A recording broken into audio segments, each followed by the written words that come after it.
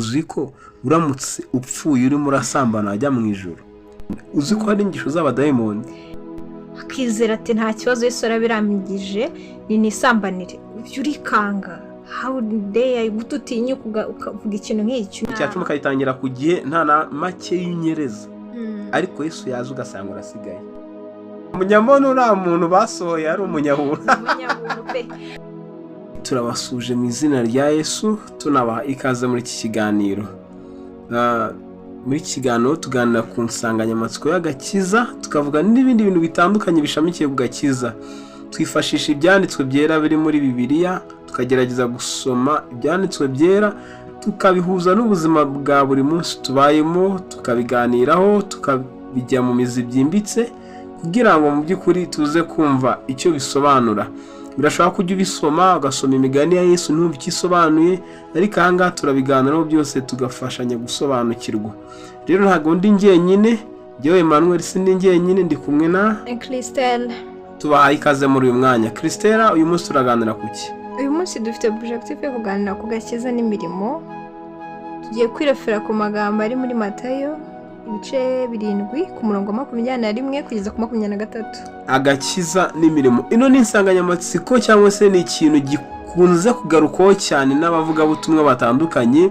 Bamwe bavuga bimwe abandi bakavuga ibindi. Turibuze kureba rero mu mboni ijambo ry'Imana uko umwuka wera tuyobora, kandi turizera ko mu by'ukuri biri buze kudufasha. Twasenze kandi turacyakomeza gusenga kugira ngo ibyo turimo turaganira bize kuba biyobowe n'Imana. Imana ize kubana natwe, Imana ize kudufasha. Rero muri uyu mwanya ndagira ngo tubiganiro twifashishije ibyanditswe nkuko Christelle yamaze kutubwira ko turi buze kwifashisha icyanditswe kiri muri Matayo 7 kuva ku murongo wa 21 kugera ku 23. Reka dusomere mu izina rya Yesu.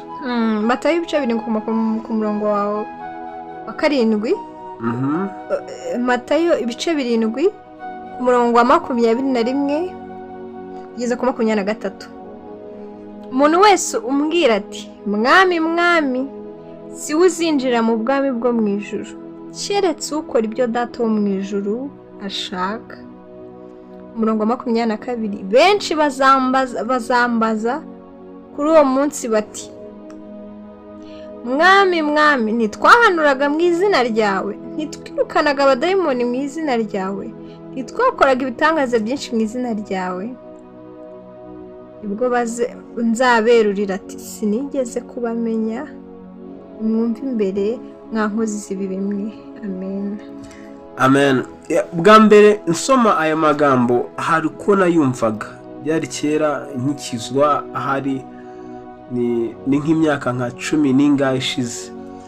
Narayasomye nkagerageza kumva icyo asobanura, ariko wenda icyo giko nabyumvaga bitandukanye nuko mbyumva uyu munsi, nyuma yuko naje guhura n'abantu batandukanye babwiriza, nyuma yuko nakomeje gusoma Bibiriya nkakura mu mwuka, hari uko nakomeje kugenda nyasobanukirwa. Yesu ahanga aravuga ngo ntabwo ariko umuntu wese uvuga ngo mwami mwami azajya mu bwami bw'Imana. Yego. Ngavuga bakora ibyo Data agize gute ashaka, abo nibo bazajya mu bwami bw'Imana. Ahangaha rero hari ikintu cyo kuvuga ngo imirimo nizatwara umuntu mu bwami bw'Imana. Ese agakiza n'imirimo bihuriye hehe? Nibyo ngira ngo tuganireho.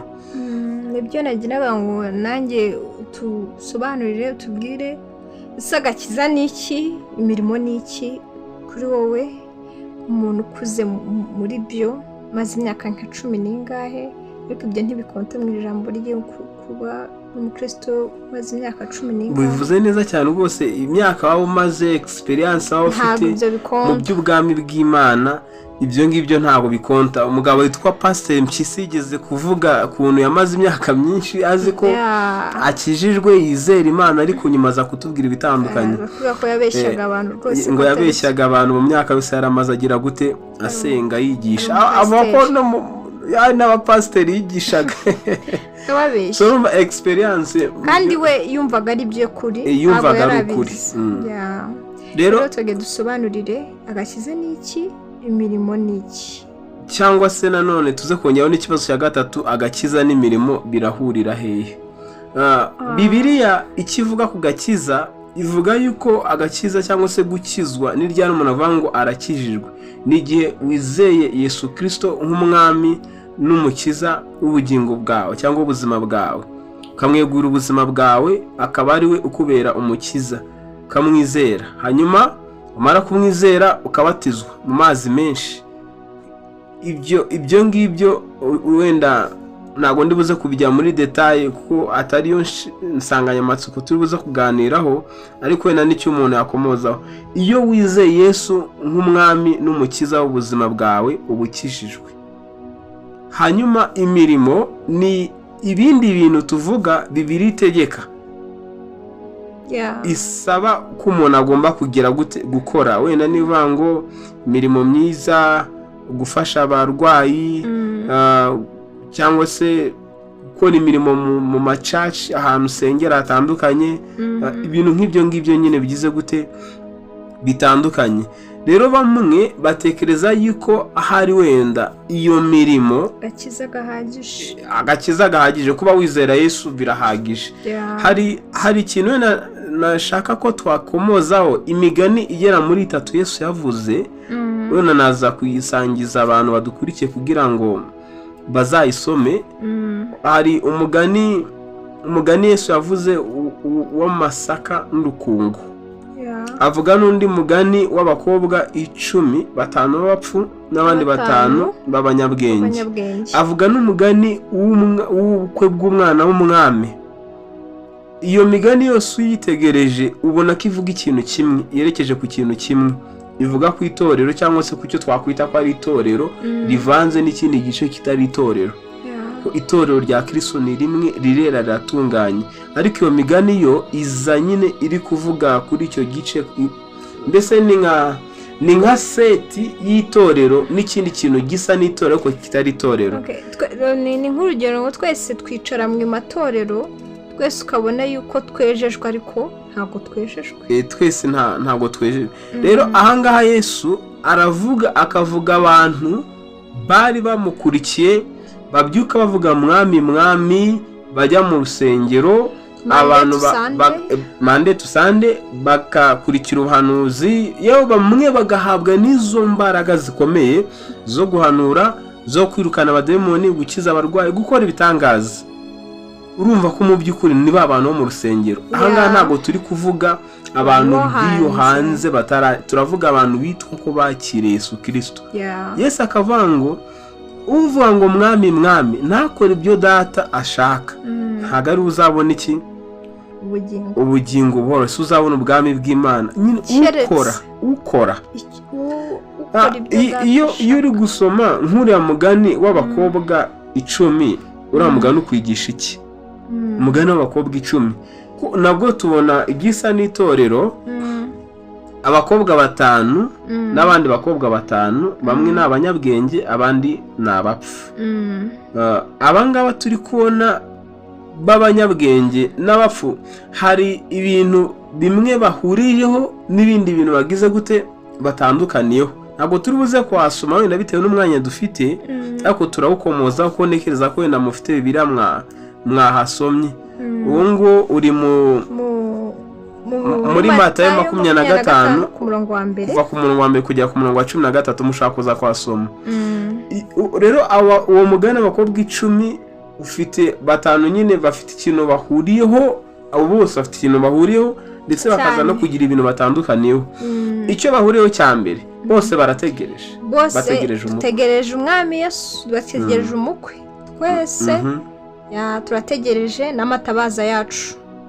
Bose bafite amatabaza, bose barategereje, twese turategereje. Hanyuma se abantu muri uyu mugani batandukaniye kuki? 5 muri bo bibiri tubwira ko ari abapfu, abandi 5 muri bo ari abanyabwenge. Icyo ni cya mbere, 5 ni abapfu, abandi ni abanyabwenge. Ikindi cya kabiri batandukaniyeho nuko bamwe 5 bitwaje amavuta mu mperezo zabo cyangwa z'amatabaza yabo. Nuko ngo ubu bari bibitsa amavuta, abandi nta mavuta bagize gute bibitseho. None abandi 5 bo bari bayafite. mbese bo bari bayitwaje mu mperezo zabo, ariko abandi 5 bagenda ntayo bafite. Bo bagenda tu bararyama ngo barategereza ngo umukwe aratinda bararyama rwose ngo barahunikira ngo mu gicuku cya nijoro kumvikana urusaku ngo umukwe agize gute araje, beguye amatabaza babandi babapfu bacanye amatabaza banga kugira gute kwaka ko batitwaje amavuta. Rero iki kintu nyine ni ikintu gikomeye kuntu umuntu ashobora kuba ari mu itorero ategereje kugaruka k'umwami Yesu. Umwami Yesu yazaza ntakujyane, umwami Yesu yazaza ugasanga nturi mu mubare w'abagomba kugenda, ko nicyo uyu mugani urimo urasobanura. Kandi wibizi neza yuko uciye mu itorero uzagenda, wowe uzi ko uciye mu rusengero uzagenda utegereje Yesu. Mwami ko twahanuye mu izina ryawe, ko twagukoreye, ko nakorobye urusengero, ko nadiyakonye neza, nibite bimeze biti ngiye kuki ntagiye kandi mu by'ukuri ukorera Imana, wizera Imana, wizera Yesu, wakira Yesu Kristo nk'umwami n'umukiza w'ubugingo bwawe, urabatizwa amazi, umaze imyaka 40 mu rusengero, watangaga icya 10 n'amaturo, icya 10 kayitangira ku gihe, nta na make y'unyereza, ariko Yesu yaje ugasanga urasigaye kubera ko nta mavuta ugize gute ufite. Hari ikindi kintu bigaragara ko hari ikindi kintu mu by'ukuri kigoye umuntu aba atarimo arasobanukirwa cyangwa ngo yumve. Iyo usomye uriya mugani w'ubukwe bw'umwana w'umwami muri Matayo 22 kuva ku murongo wa 1 kugera ku wa 14, aho bavuga kuntu hari abari batumiwe muri ubwo bukwe ariko ngo ntibaboneke kubw'impamvu zitandukanye.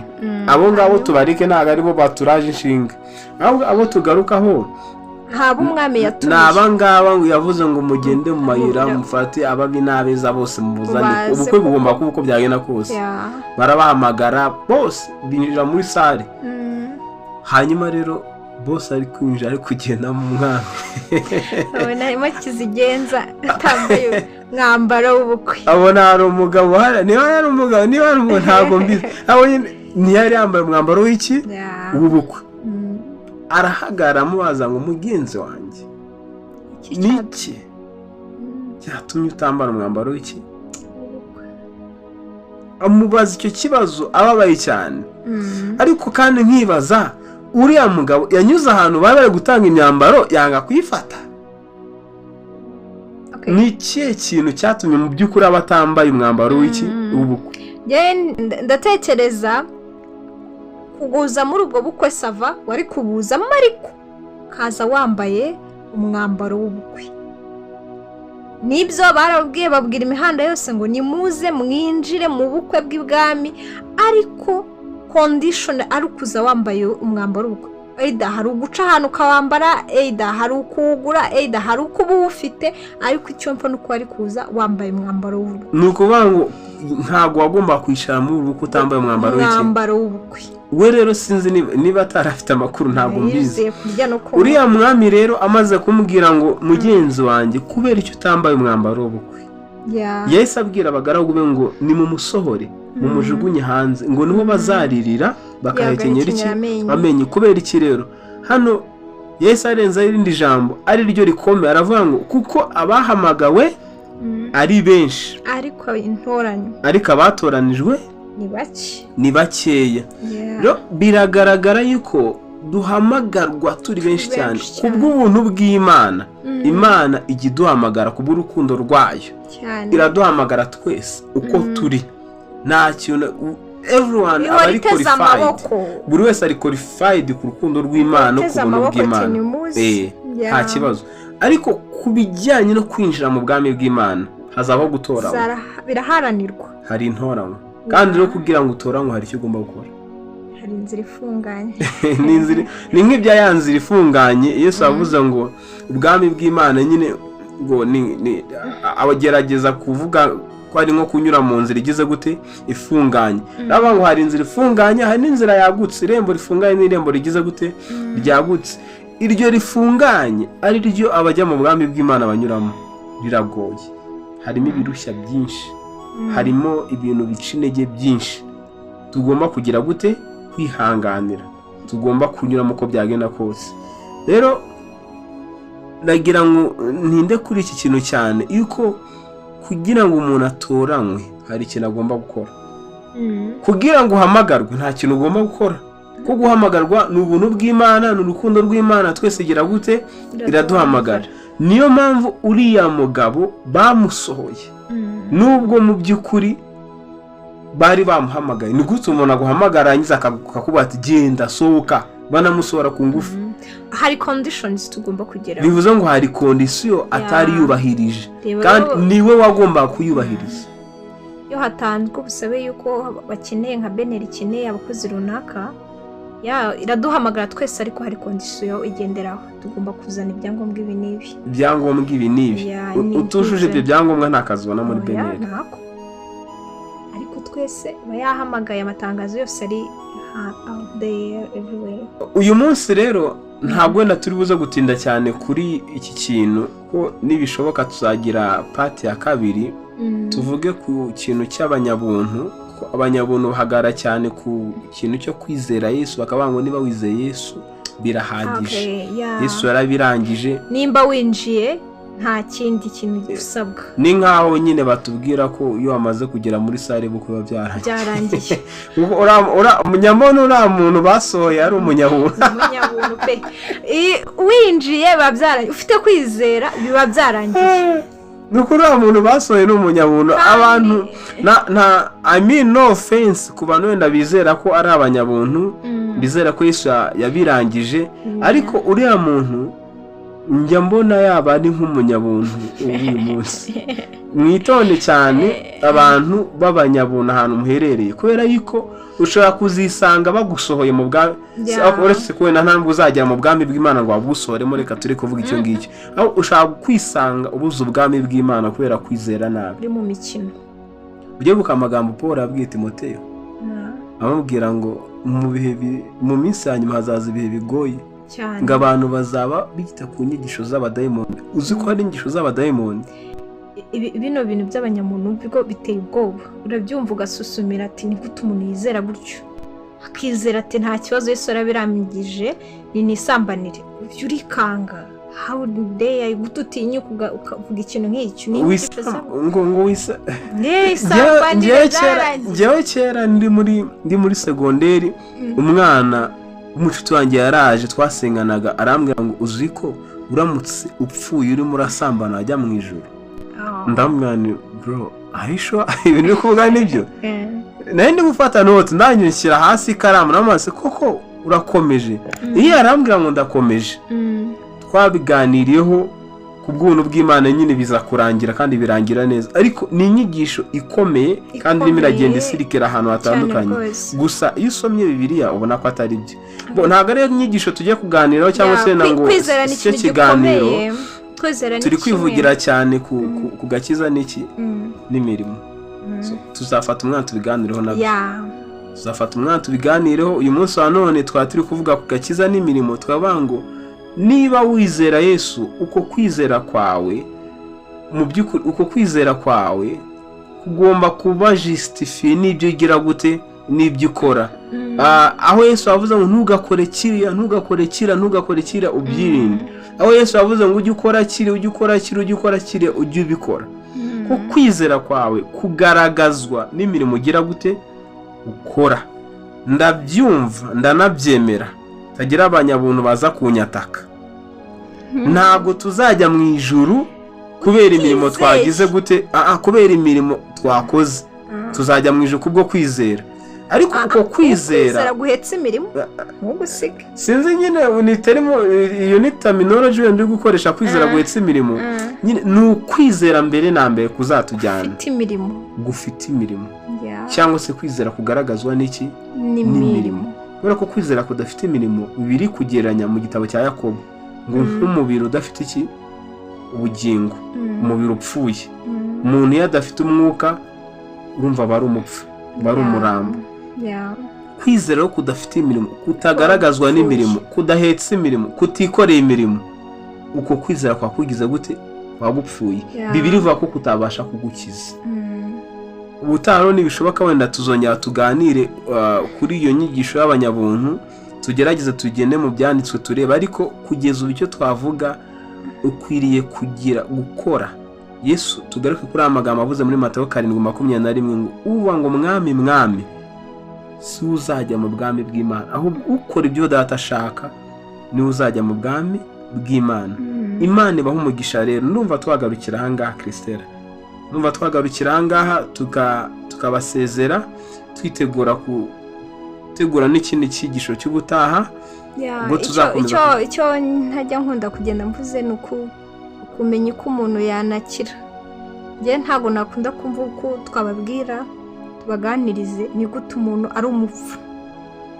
Simbizi nimba ari indi topic cyangwa se ukazabaza ati njye ndashaka ko musobanura ni gute umuntu amenya ko ari umupfu, kuko twese bari abakobwa 10 bari bicaye bategereje umukwe, ariko batazi yuko 5 muri bo nta kintu bafite, nta mavuta bafite. Dushobora kuba twese twicaye mu itorero tuvuga tumazemo imyaka 40 nk'abo ngabo umukecuru maze ariko nta kintu afite.